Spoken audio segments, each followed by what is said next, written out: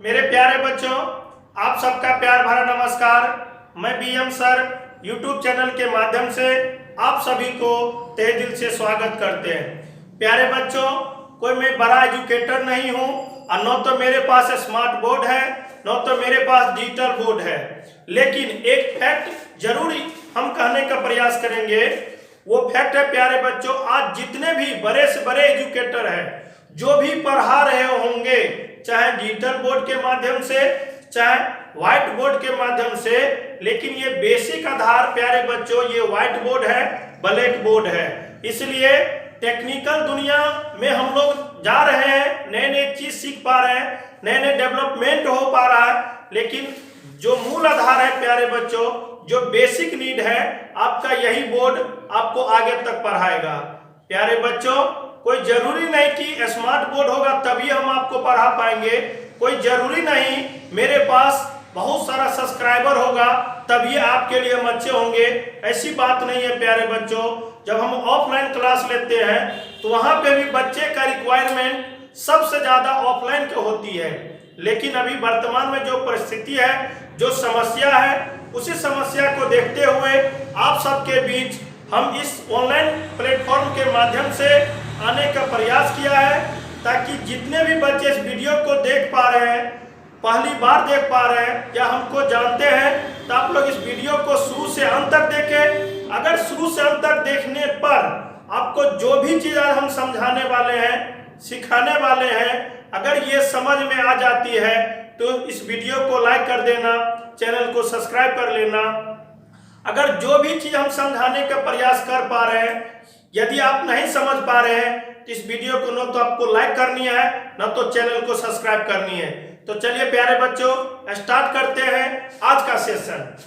सबसे पहले प्यारे बच्चों हम बात करेंगे मैथ के बारे में। मैथ का मतलब तो हम लोग हिंदी में गणित कहते हैं, ठीक है प्यारे बच्चों।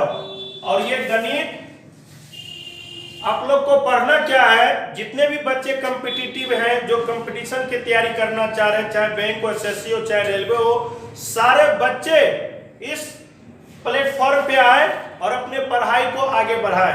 तो प्यारे बच्चों, आज हमको जो पढ़ाना है ये गणित है। गणित में कितने सेक्शन आप सबको बीच हमको पढ़ाना है, वही समझाने का प्रयास करें। पहला जो मेरा सेक्शन होगा प्यारे बच्चों, सेक्शन ए जो नंबर सिस्टम, ठीक है, नंबर सिस्टम।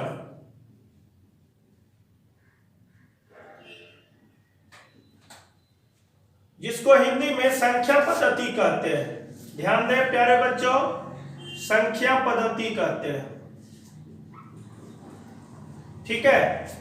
अगर दूसरा सेक्शन की बात करें, मींस यानी सेक्शन बी की मैं बात करूं, सेक्शन का मतलब श्रेणी होता है प्यारे बच्चों, ये अर्थमेटिक का सेक्शन होगा, जिसको हिंदी में अंक गणित कहते हैं।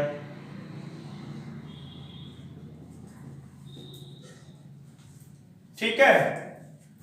तीसरा सेक्शन की मैं बात करूं, सेक्शन का मतलब श्रेणी होती है, ठीक है। तीसरा मतलब सेक्शन 3C या 3 प्यारे बच्चों एडवांस मैथ होगी,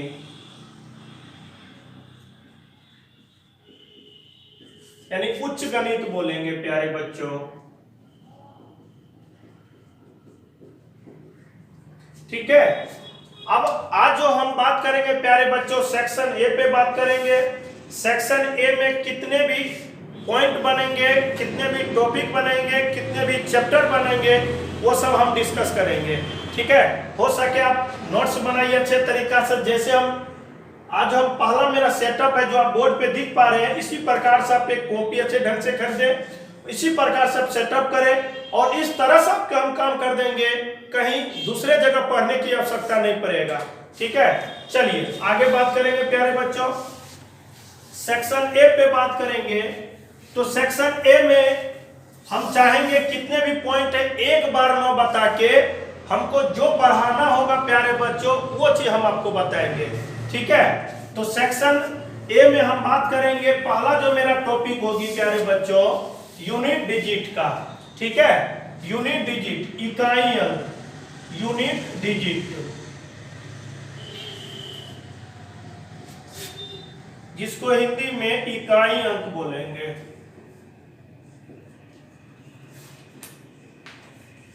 अब सबसे इंपॉर्टेंट बात यह है इकाई अंक होता क्या है, ठीक है, हम कैसे समझेंगे ये इकाई अंक है।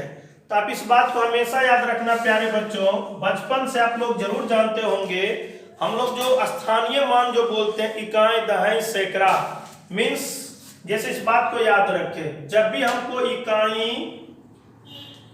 अंक की बात करता है तो हमेशा दाहिने तरफ से हम लोग पढ़ने का प्रयास करते हैं। इकाई अंक, उसके बाद दहाई अंक,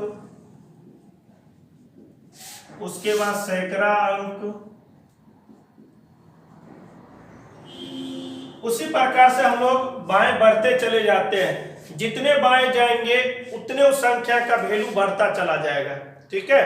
इस प्रकार से इस अभी जो हमको डिस्कस करना है, अभी जो हमको पढ़ना है ओनली फॉर इकाई अंक, लेकिन जब इकाई अंक पढ़ लेंगे उसके बाद हम लोग दहाई अंक पे आएंगे। और दहाई अंक तो आप जानते हैं, जैसे एक अंक हम आपके सामने रखने का प्रयास करें, कोई वैल्यू है, कोई मान है, जैसे मान लेते हैं 1 है, 2 है, 3 है, 4 है, ठीक है।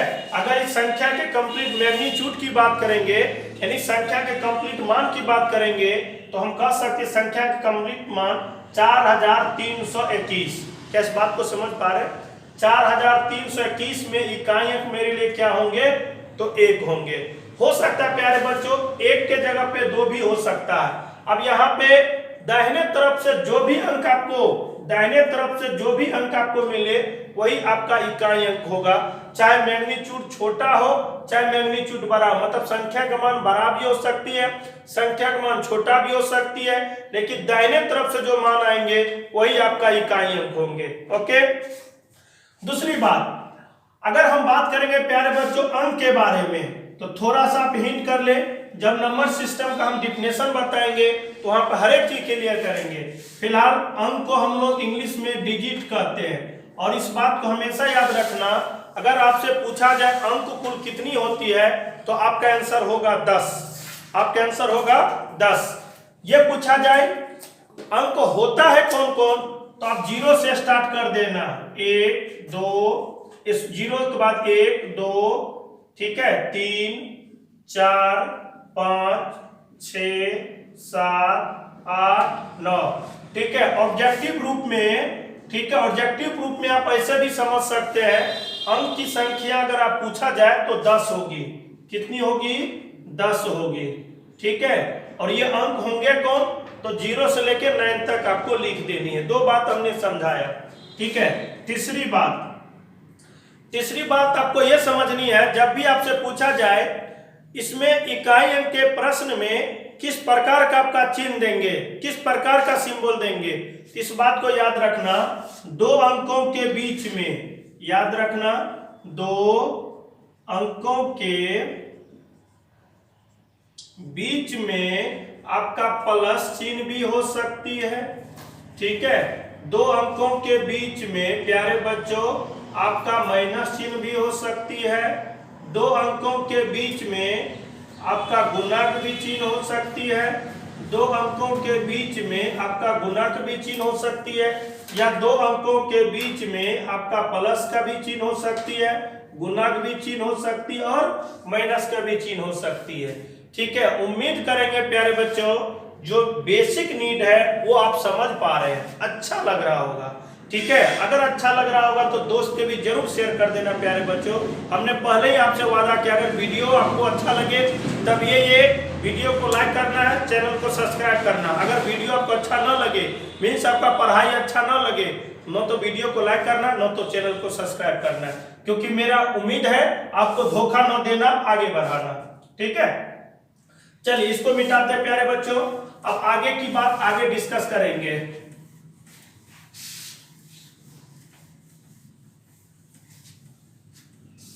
अब ये बात हुई, अब जो अंक का जो क्वेश्चन पूछा जाएगा आपको, तो हो सकता है प्यारे बच्चों, जैसे मान के चलिए यहाँ पे हमने 9 लिखा, 2 अंकों के बीच में, ठीक है, 8 है, मान लेते यहाँ पे 7 है, यहाँ पे मान लेते 6 है। हो सकता है ये सिंगल अंक में आपका क्वेश्चन पूछा जाएगा इकाई अंक ज्ञात करें, ठीक है। आप कंप्लीट नोट्स ढंग से बनाइए और आगे पढ़ाई को इस तरह से एंजॉय करके पढ़िए ताकि आपको दिक्कत ना हो। ठीक है, ऐसा ना हो को जिंदगी अंगूठा से शुरुआत हुई और अंगूठे पे ही समाप्त हो जाएगी, क्योंकि जो देश का परिदृश्य है प्यारे बच्चों, आप देख रहे हैं ना किस प्रकार से शिक्षा को कैसे चौपट हो रही है, इसलिए पढ़ाई को कंटिन्यू रखें। अब प्यारे बच्चों देखिए, ये सिंगल अंक में है, तभी 2 अंकों के बीच में प्लस चिन्ह है, 2 अंकों के बीच में प्लस चिन्ह है, 2 अंकों के बीच में प्लस चिन्ह है। अगर इस क्वेश्चन पे बात करेंगे तो नॉर्मली इसको हम लोग जोड़ेंगे, जैसे बचपन में हम लोग जोड़ते हैं, तो क्या करेंगे, कहता है इकाई अंक ज्ञात करें। ठीक है, तो देखिए इसको अगर हम जोड़ेंगे तो प्यारे बच्चों ये 17 हो जाएंगे, 17 7 24 हो जाएंगे, 24 36 हो जाएंगे। ठीक है, तो 30 तो आपका 2 अंक में आ गया, लेकिन हमको चाहिए इकाई अंक। हमने आपसे वादा किया था, हमने आपको सिखाने का प्रयास किया था, जो दाहिने तरफ से अंक मिलेगा वही आपका इकाई अंक होंगे। तो दाहिने तरफ से आपका कौन अंक मिला है, 0, तो हम कह सकते मेरे लिए जो आंसर होंगे प्यारे बच्चों वो आपका लिए 0 हो जाएंगे। 0 भी एक प्रकार का आपका आंसर होगी। ओके, नेक्स्ट क्वेश्चन पे बात करेंगे प्यारे बच्चों, जैसे मान के चलेंगे हम 12 ले लिए 2 अंक में, ये सिंगल अंक में था प्यारे बच्चों, सिंगल अंक में तब भी हमको जोड़नी है और दाहिने तरफ से जो अंक मिले वही मेरे लिए इकाई अंक होंगे।